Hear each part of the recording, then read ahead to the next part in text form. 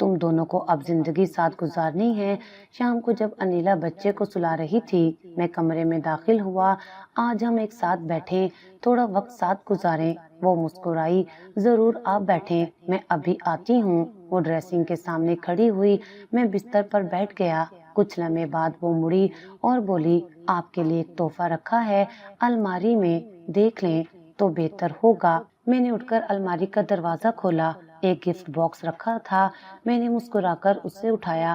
تم نے میرے لیے کچھ لیا؟ پہلی بار نہیں، آخری بار۔ میں نے ڈبہ کھولا۔ اندر ایک ڈائری رکھی تھی۔ سرے ورق پر نیہا کا نام لکھا تھا۔ یہ کیا ہے؟ وہ سب جو نیہا نے تمہارے ساتھ رہ کر جھیلا، وہ سب جو وہ کہہ نہ سکی، لکھ دیا۔ پڑھ لو، شاید کچھ یاد آ جائے۔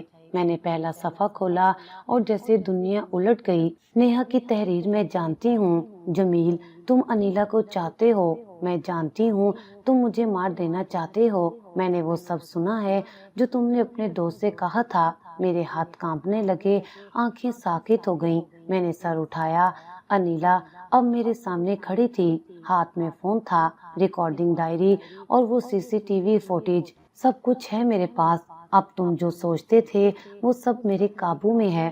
میں سن چکا تھا، دل دماغ سب بند۔ وہ آہستہ سے بولی، میں نے تمہیں معاف نہیں کیا۔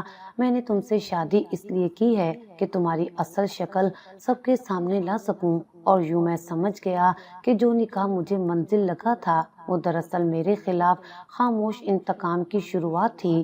میں نے وہ رات جیسے ہار کر جیتی تھی۔ اگلے دن میں نے ماحول معمول پر لانے کی کوشش کی۔ ناشتے کی میز پر بیٹھ کر انیلے سے کہا، رات کو جو کچھ ہوا میں کچھ نہیں سمجھ پایا۔ تم غصے میں تھیں، شاید غصہ۔ وہ چائے کی پیالی رکھتے ہوئے بولی، نہیں، میں تو بہت مطمئن تھی۔ تو وہ سب کچھ سچ تھا، ہر لفظ، ہر جملہ۔ نیہا کی ڈائری، تمہاری ریکارڈنگ اور وہ ویڈیو جس میں تم اسے سیڑھیوں سے دھکا دے رہے ہو۔ میرا حلق خشک ہو گیا۔ میں کپ کو ہونٹوں تک لایا مگر گھونٹ نہ بھر سکا۔ تم یہ سب رکھتی کیوں رہی؟ اگر جانتی تھی تو نکاح سے پہلے سب بتا دیتی اور تم چالاکی سے بچ جاتے۔ میں تمہیں تمہارے انجام تک لانا چاہتی تھی، اس گھر میں، اسی بیڈ پر، اسی کمرے میں جہاں تم نے میری بہن کی موت کی کہانی لکھی۔ میں نے تمہاری سزا کا خاکہ بنایا۔ میں نے دھیرے سے کہا، انیلا، یہ بچہ، تم خود سوچو اس کا کیا ہوگا۔ بچہ میرے لیے نیہا کی آخری نشانی ہے۔ وہ مجھ سے چھن جائے، یہ میں کبھی نہیں چاہوں گی۔ تمہارے بغیر وہ بڑا ہوگا، لیکن تمہارے ساتھ وہ ایک قاتل کے سائے میں زندہ رہے گا۔ تم میرے بارے میں یہ سب کچھ کیسے کہہ سکتی ہو؟ کیونکہ میں جانتی ہوں تم نے کیا کیا۔ اس نے دراز کھولی اور ایک ریکارڈر نکالا۔ یہ وہ کال ہے جو تم نے اپنے دوست سے کی تھی، جس میں تم نے کہا تھا کہ میرا دل چاہتا ہے میں نیہا کو راستے سے ہٹا دوں۔ آواز چلتی گئی۔ میری ہی آواز میں وہ الفاظ دوبارہ سن کر میں خود سہم گیا۔ یہ سب تم نے کیسے ریکارڈ کیا؟ تم بھول گئے کہ تمہارے فون کی بیک اپ سروس آن تھی، اور تم نے مجھے کبھی یہ نہیں بتایا کہ تم نے کیا چھپایا تھا۔ میں خاموش ہو گیا۔ انیلا نے ایک اور فائل میری طرف بڑھائی۔ یہ CCTV فوٹیج ہے، پڑوس کے گھر کی، جس میں تم نیہا کو دھکا دیتے ہو۔ میں نے محلے والوں سے خود لے کر جمع کی۔ تم کیا چاہتی ہو؟ میری آواز ٹوٹنے لگی۔ میں چاہتی ہوں تم جیل جاؤ، لیکن جانے سے پہلے ایک اور کام کرو۔ یہ خلا نامہ ہے، سائن کرو۔ میں نے وہ کاغذ دیکھا، ہاتھ کپ کپانے لگے۔ میں خلا کے بعد بھی بچہ تمہارے پاس رکھنے دوں؟ نہیں، بچہ میرے پاس رہے گا۔ عدالت فیصلہ کرے گی اور تمہارے خلاف ثبوت دیکھ کر وہ کبھی تمہیں باپ کہنے کا حق نہیں دے گی۔ میں نے کاغذ سائن کیا، ہاتھوں سے پسینہ بہنے لگا۔ پولیس کو فون کر چکی ہوں، کچھ ہی دیر میں پہنچنے والی ہے۔ انیلا، پلیز ایک موقع دے دو، میں بدل جاؤں گا۔ موقع؟ تم نے نیہا کو ایک موقع بھی نہیں دیا۔ وہ ماں بننے والی تھی، تم نے اس کی دنیا چھین لی۔ اب تمہیں بھی وہی ملے گا جو تم نے دیا۔ دروازے پر دستک ہوئی۔ انیلا نے خاموشی سے دروازہ کھولا۔ پولیس اندر آئی، مجھ سے شناخت پوچھی اور ہتھ کڑی پہنا دی۔ تمہیں نیہا کی موت کے کیس میں گرفتار کیا جا رہا ہے، تمہارے خلاف ثبوت موجود ہیں۔ میں نے آخری بار انیلا کی طرف دیکھا۔ تم نے مجھے تباہ کر دیا۔ وہ بولی، نہیں، تم نے خود کو تباہ کیا۔ میں تو صرف حقیقت دنیا کو دکھا رہی ہوں۔ مجھے لے جایا گیا۔ گلی میں لوگ کھڑے دیکھ رہے تھے، جنہوں نے 2 ماہ پہلے میری تعریف کی تھی، اب وہی نظریں نفرت سے دیکھ رہی تھیں۔ میری ماں نے روتے ہوئے پوچھا، کیا ہو گیا بیٹا؟ یہ سب جھوٹ ہے نا؟ میں نے کچھ نہ کہا، بس سر جھکا کر چلتا رہا، کیونکہ اب میرے پاس کوئی جھوٹ باقی نہیں بچا تھا، صرف سچ تھا جو سب کے سامنے کھل چکا تھا۔ جیل کا پھاٹک بند ہوا تو جیسے پوری دنیا میرے پیچھے خاموش ہو گئی۔ ایک وقت تھا جب سب مجھے ایک باوفا شوہر، مظلوم باپ اور صابر انسان سمجھتے تھے۔ آج سب میری شناخت بدل چکی تھی۔ میں ایک قاتل تھا، ایک مجرم، ایک دھوکے باز۔ پہلے دن حوالات کی دیواروں کو مسلسل گھورتا رہا۔ ایک پولیس والے نے پانی کا گلاس لا کر سامنے رکھا۔ پہلی بار آیا ہے، لگتا ہے وقت لگے گا عادت ڈالنے میں۔ میں نے گلاس کو ہاتھ لگائے بغیر کہا، وقت تو بہت کچھ لے گیا ہے، اب شاید دینے کا وقت ہے۔ 2 دن بعد انیلا جیل میں مجسٹریٹ کے سامنے پیش ہوئی۔ وہ خاموشی سے آئی، جج کے سامنے خلا کی درخواست رکھی اور بغیر ایک لفظ بولے کاغذات پر دستخط کر دیے۔ میری نظریں اس پر جمی رہیں، لیکن اس نے ایک بار بھی میری طرف نہیں دیکھا۔ عدالت میں میرا مقدمہ روز بروز آگے بڑھا۔ وکیل نے صفائیاں دیں۔ میں نے کہا، میں نے اسے مارا نہیں، حادثہ تھا۔ عدالت نے وہ ویڈیو چلائی، وہ ریکارڈنگ سنائی، وہ ڈائری پڑھ کر سنائی جس میں نیہا نے اپنی موت کا پیشی خیمہ درج کیا تھا۔ جج نے فیصلہ سنایا، جمیل احمد کو عمر قید کی سزا دی جاتی ہے۔ میں چپ رہا، مجھے کسی فیصلے کی ضرورت نہیں، اصل سزا تو میرے اندر بیٹھا ضمیر دے رہا تھا، جو ہر پل نیہا کی چیخ سنتا، اس کی بے بس آنکھیں یاد کرتا۔ جیل کے کمرے میں دن رات کا فرق نہیں تھا، بس وقت گزر رہا تھا جیسے کوئی گھڑی مسلسل الٹ چل رہی ہو۔ کھانے کا ذائقہ مٹی جیسا تھا، نیند جیسے قرض میں ملتی ہو۔ رات کو اکثر نیند کے بیچ چونک کر اٹھتا، پسینے میں شرابور اور سامنے نیہا کا چہرہ ہوتا، خون میں لت پت، آنکھوں میں سوال، کیوں کیا جمیل؟ میں تو صرف تمہاری محبت تھی۔ میں دیوار سے ٹیک لگا کر بیٹھ جاتا، ہاتھوں سے سر پکڑ لیتا اور دل ہی دل میں چیختا، کاش تم مجھے چھوڑ دیتی مگر زندہ رہتی، کاش میں تمہیں کھو کر بھی انسان رہتا۔ ایک دن انیلا پھر جیل آئی، اس بار بچے کے ساتھ۔ بچہ بڑا ہو رہا تھا، نیہا کی آنکھیں لے کر آیا تھا۔ یہ تم سے آخری بار ملنے آیا ہے، پھر کبھی نہیں آئے گا۔ میں نے دھیرے سے بچے کی طرف ہاتھ بڑھایا، وہ پیچھے ہٹ گیا۔ وہ تمہیں نہیں جانتا اور جاننے کی ضرورت بھی نہیں، تم نے جو چہرہ دکھایا وہ اس کے لیے کافی ہے۔ انیلا، کیا تم مجھے کبھی معاف کر سکو گی؟ نہیں، میں تمہیں معاف کروں گی تو نیہا کا خون معاف ہو جائے گا، وہ جو ہر رات خواب میں آ کر مجھ سے سوال کرتی ہے، اس کا جواب کیسے دوں گی؟ مجھے لگتا ہے موت ہی میری نجات ہے۔ نہیں جمیل، تمہاری نجات جیتے جی تڑپنے میں ہے، یہی سزا ہے تمہاری۔ وہ چلی گئی، بچہ اس کی انگلی پکڑے ہوئے پیچھے مڑے بغیر، وہ منظر مجھے آج تک یاد ہے، شاید مرتے دم تک رہے گا۔ جیل میں دن مہینے بنتے گئے، مہینے سال، لوگ نئے آتے پرانے چلے جاتے۔ میرے چہرے کی لکیریں گہری ہو چکی تھیں، بال سفید ہو چکے تھے۔ کچھ قیدی مجھ سے پوچھتے، تمہاری سزا کیا ہے؟ میں جواب دیتا، سزا بس محبت، جس سے کی وہی ختم ہو گئی، اور جس کے لیے ختم کی وہی انتقام بن گئی۔ کبھی کبھی خود سے بات کرتا، اگر واپس جا سکتا تو کیا کرتا؟ پھر جواب خود دیتا، شاید کچھ نہ بدلتا، کیونکہ اندر کی گندگی تو وہی رہتی۔ اکثر موت کے لیے دعا کرتا، ہر سجدے میں سر رکھ کر کہتا، یا اللہ لے لے مجھے، اس زمین سے اٹھا لے، میں اب کچھ نہیں چاہتا۔ لیکن موت بھی شاید مجھ سے نفرت کرتی تھی۔ ایک رات بخار چڑھ گیا، نرس نے آ کر دوائی دی، میں نے آنکھیں بند کی، نیند آئی تو نیہا خواب میں آئی، بال بکھرے، چہرہ پرسکون، آنکھوں میں وہی سوال، اب پچھتا رہے ہو؟ میں نے کہا ہاں، ہر لمحہ۔ تو بس جیتے رہو جمیل، کیونکہ موت بہت مہربان ہے، تم اس کے لائق نہیں۔ آنکھ کھلی تو پھر وہی دیوار، وہی سلاخیں، وہی تنہائی۔ میں سمجھ گیا میری سزا موت نہیں، زندگی ہے، اور یہ زندگی اب کبھی ختم نہیں ہوگی۔ جو شخص لالچ، خود غرضی اور ہوس کی بنیاد پر رشتوں کو پامال کرتا ہے، وہ آخر کار تنہائی، شرمندگی اور پچھتاوے کی سزا پاتا ہے۔ سچ اور انصاف کبھی نہ کبھی سامنے آتے ہیں، چاہے پردہ کتنا ہی گہرا کیوں نہ ہو۔